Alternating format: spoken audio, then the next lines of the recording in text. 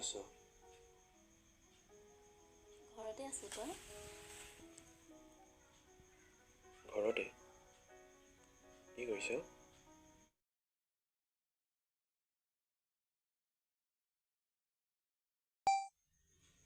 তই সদায় মোৰ আৰু মোৰ হৈ থাকিব লাগিব।